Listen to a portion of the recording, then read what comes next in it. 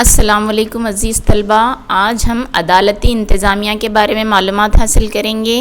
میں Samina Farzana, government junior college Sedam, ضلع گلبرگہ۔ پیارے بچوں، ہمارے ملک میں واحد عدالتی نظام پایا جاتا ہے۔ امریکہ کی طرح ہر ریاست کے لیے علیحدہ عدالتی نظام نہیں ہے۔ ہمارا عدالتی نظام مجلس وزراء اور مجلس عاملہ سے بالکل آزاد ہے۔ سپریم کورٹ ہی ملک کی سب سے بڑی انصاف کرنے والی اتھارٹی ہے۔ اس کے زیر قابو ذیلی عدالتیں اپنے کام انجام دیتی ہیں۔ سپریم کورٹ، اسے اردو میں عدالت عظمیٰ کہا جاتا ہے۔ سپریم کورٹ کا قیام 28 جنوری 1950 کو دہلی میں ہوا۔ عدالت عظمیٰ کے چیف جسٹس اور دیگر صاحبان کا تقرر صدر جمہوریہ کرتے ہیں۔ اس عدالت میں چیف جسٹس کے سمیت 31 ججز ہوتے ہیں۔ اس عدالت میں اگر جج مقرر ہونا ہو تو درج ذیل قابلیتوں کا ہونا ضروری ہے۔ نمبر 1 ہے اس میں ہندوستان کے شہری ہوں۔ وہ کسی بھی عدالت عظمیٰ میں کم از کم 5 سال کی مدت بحیثیت جج خدمات انجام دیے ہوئے ہوں، یا پھر کسی عدالت عالیہ میں بحیثیت وکیل کے 10 سال خدمات انجام دے چکے ہوں۔ پیارے بچوں، عدالت عظمیٰ کے ججز کی وظیفہ یابی کی عمر 65 سال ہوتی ہے۔ اگر وہ اس سے پہلے اپنی کرسی چھوڑنا چاہیں تو صدر جمہوریہ کو اپنا استعفیٰ دے سکتے ہیں۔ اگر جج اپنے فرائض کی ادائیگی میں کوئی غلطی کرے تو پارلیمنٹ کے دونوں ایوانوں کے مقرر اکثریت کی سفارش پر صدر جمہوریہ انہیں برطرف بھی کر سکتے ہیں۔ عدالت عظمیٰ کے اختیارات: مرکز اور ریاست کے مابین یا ایک ریاست سے دیگر ریاستوں کے مابین پیدا ہونے والے تنازعات کو حل کرنے کا اختیار انہیں حاصل ہوتا ہے۔ بنیادی حقوق کی حفاظت کرنا بھی عدالت عظمیٰ کا کام ہے۔ دستور کو بامعنی تفصیل فراہم کرنے کا بھی انہیں حق ہے۔ نچلی عدالتوں کے دیے گئے فیصلوں کے خلاف رٹ گزار عدالت عظمیٰ میں رٹ عرضی داخل کرنے کا حق رکھتے ہیں۔ صلاح دینے کا حق بھی سپریم کورٹ کو ہوتا ہے۔ وہ صدر جمہوریہ کو، مرکزی حکومت اور ریاستی حکومت کو بھی صلاح دے سکتے ہیں۔ اب ہم عدالت عالیہ کے بارے میں معلومات حاصل کریں گے۔ عدالت عالیہ کو ہم ہائی کورٹ بھی کہتے ہیں۔ یہ ہر ریاست میں پائی جاتی ہے۔ یہ بات ہمارے دستور میں بتائی گئی ہے۔ ہر ریاست میں ججوں کی تعداد مختلف ہوتی ہے۔ ایک چیف جج اور دیگر دوسرے جج صاحبان ہوتے ہیں۔ عدالت عالیہ کے چیف جسٹس بننے کے لیے حسب ذیل صلاحیتیں چاہیے۔ نمبر 1 ہندوستانی شہری ہوں۔ نمبر 2 کم از کم 10 سال کسی بھی عدالت میں منصف کی حیثیت سے خدمات انجام دیے ہوں، یا 10 سال کی مدت عدالت عالیہ میں وکیل کی حیثیت سے خدمت انجام دی ہو۔ صدر جمہوریہ کے مطابق انصاف کرنے میں وہ ماہر ہوں، تبھی عدالت عالیہ کے جج بن سکتے ہیں۔ عدالت عالیہ کے اختیاری کام: شہری جرائم، ملازمتی، ازدواجی تنازعات پر فیصلے کا حق انہیں حاصل ہوتا ہے۔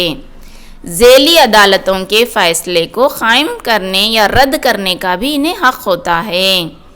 اپنے ماتحت آنے والے عدالتوں کے افسران کے تقرر بھی ہائی کورٹ کے ججز ہی کرتے ہیں۔ نیچے آپ جو جدول دیکھ رہے ہیں، اس سے ہمیں پتہ چلتا ہے کہ ہماری عدالتی نظام کا ڈھانچہ کس طرح کا ہے۔ سب سے پہلے سب سے بڑی عدالت ہے عدالت عظمیٰ، اس کے ماتحت عدالت عالیہ، اس کے ماتحت آتی ہے ضلعی سیشن عدالت۔ ضلعی سیشن عدالت کی 2 حصے ہیں: چیف جوڈیشل مجسٹریٹ، سینئر درجے کی عدالت۔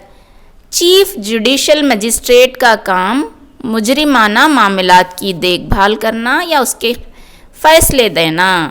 یہ جو سینئر درجے کی عدالت ہوتی ہے یہ شہری معاملات میں اپنے فیصلے سناتی ہے.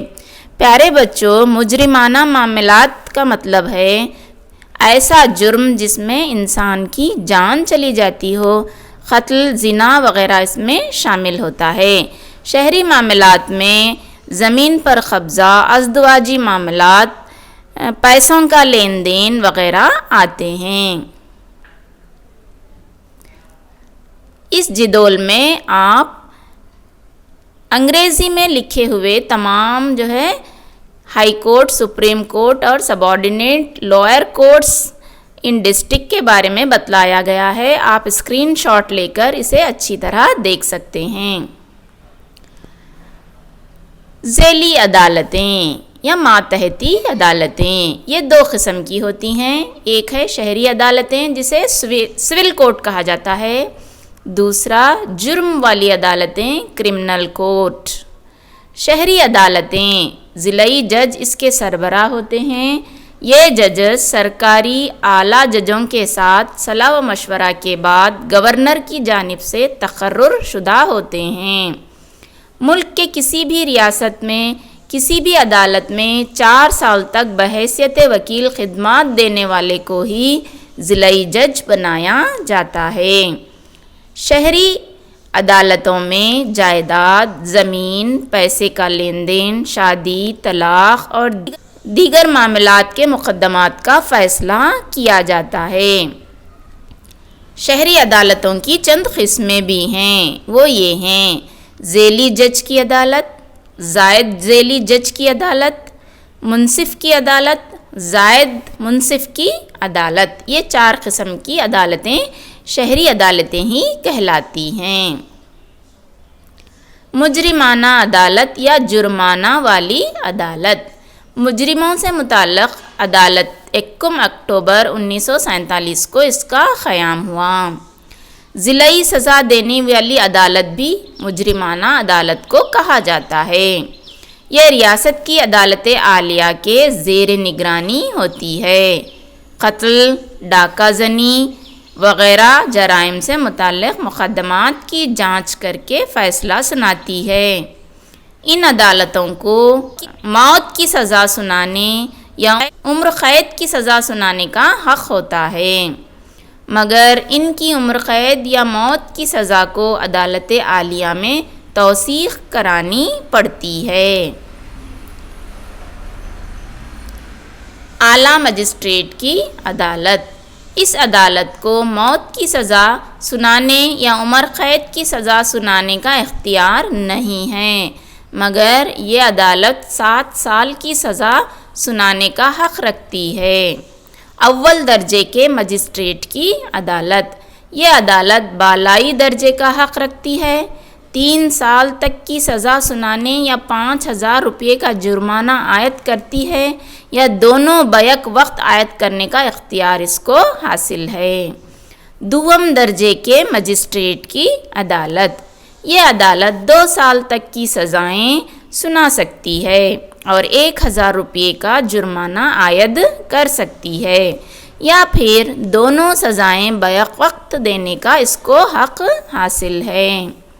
درجہ سوم کے مجسٹریٹ کی عدالت. اس عدالت کو نہایت کم اختیارات حاصل ہیں. 1 مہینے کی قید، 50 روپے جرمانہ یا دونوں سزائیں بیک وقت جاری کرنے کا اختیار رکھتی ہے. کندایا عدالتیں. ذیلی عدالتوں میں کندایا عدالتیں بھی بہت اہم ہیں. یہ ہر ایک ضلع میں پائی جاتی ہیں. یہ کندایا یعنی لگان سے متعلق جانچ کرتی ہیں. زمین کے دستاویزات کی جانچ بھی ان کے ذمے آتی ہے. تحصیلدار عدالت. کندایا عدالتوں میں سب سے ذیلی عدالت تحصیلدار عدالت ہوتی ہے. تحصیلدار ہی جج ہوتے ہیں. ان کو تعلقہ مجسٹریٹ کے نام سے پکارا جاتا ہے. ضلعی کندایا عدالتیں یا ضلعی مجسٹریٹ کی عدالت. یہ عدالت ضلعی مرکز میں ہوتی ہے۔ تحصیلدار اور ضلعی نائب افسر کی عدالت میں دیے گئے فیصلوں کے خلاف دائر کردہ رٹ عرضی کو قبول کرتے ہوئے جانچ کرتی ہے۔ ضلعی حاکم ڈپٹی کمشنر اس عدالت کے جج ہوتے ہیں۔ پیارے بچوں، رٹ عرضی کسے کہتے ہیں؟ عدالت میں جو ہم عرضی پیش کرتے ہیں، اپلیکیشن ڈالتے ہیں، اسے عدالتی زبان میں رٹ کہا جاتا ہے۔ آیکت عدالت اس عدالت کے ضلعی مجسٹریٹ کی عدالت میں دیے گئے فیصلوں کے خلاف رٹ عرضی قبول کرتے ہوئے جانچ کرنے کے اختیارات ہیں اور مسئلے کا حل بھی یہ پیش کر سکتے ہیں۔ اس کے ججز ریاستی سطح کے علاقائی افسر ہوتے ہیں۔ کندایا کی جماعت یہ کندایا سے متعلق مقدمات کی سب سے بڑی عدالت ہے۔ یہ عدالت ذیلی عدالت میں دیے گئے فیصلوں کے خلاف دائر کردہ رٹ عرضی کو قبول کرتے ہوئے تحقیق کرنے کا اختیار رکھتی ہے۔ کندایا سیکریٹری معتمد اس کے سربراہ ہوتے ہیں۔ عدالت عالیہ کی جانچ کرتے ہوئے اپنا کام کرتی ہے۔ جنتا عدالتیں یا لوک عدالت اسی کو کہتے ہیں۔ بھارت میں انصاف بہت مہنگا اور تاخیر سے ملتا ہے، اس لیے 1985 میں جنتا عدالتوں کا قیام کیا گیا تاکہ عوام کو کم خرچ اور جلد انصاف حاصل ہو سکے۔ جنتا عدالتوں میں فریقین کے درمیان آپسی رضامندی سے فیصلے کیے جاتے ہیں۔ جنتا عدالتوں کے کافی فائدے ہیں۔